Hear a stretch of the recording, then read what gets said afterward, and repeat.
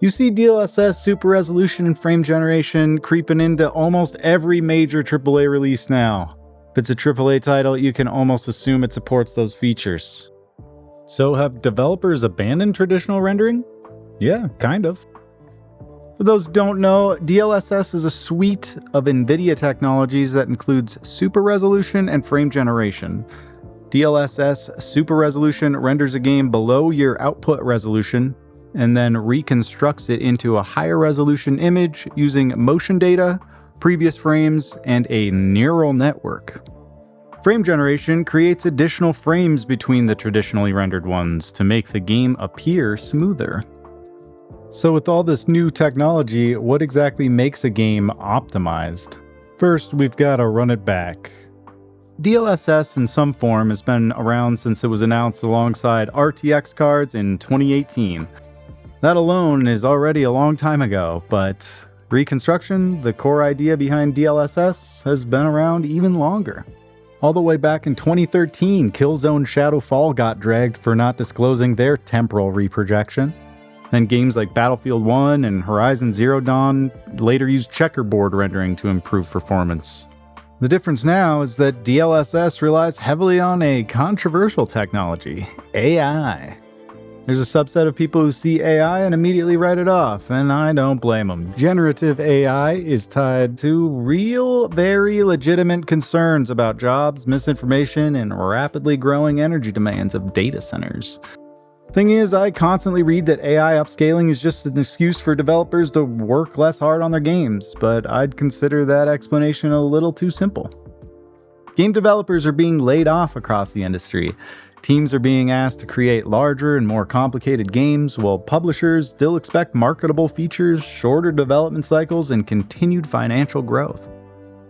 Players also expect every generation to look dramatically better, and hardware companies need new reasons to sell GPUs. When a technology appears that lets developers push visuals further, it quickly stops being an optional bonus and becomes part of the new baseline. Everything beyond that baseline then has to become larger, more detailed, or more visually impressive. I've seen people say, I don't care about graphics as long as the game is fun, and I agree with that. Some of the best games ever made don't have very good graphics by today's standards.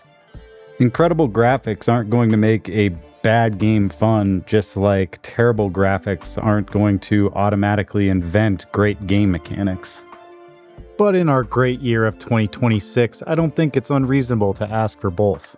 There's clearly a demand for realistic and graphically demanding games. The hardware is struggling to keep up, and reconstruction allows developers to use lighting and rendering features that otherwise might not be practical for another 5 or 10 years. So what's the actual performance target now? If developers literally design their whole game around upscaling, then how should they market the game? My concern is that more publishers will look at that final generated frame per second number and call the game optimized. Real test is going to be whether the game scales properly on less powerful systems without relying on frame generation.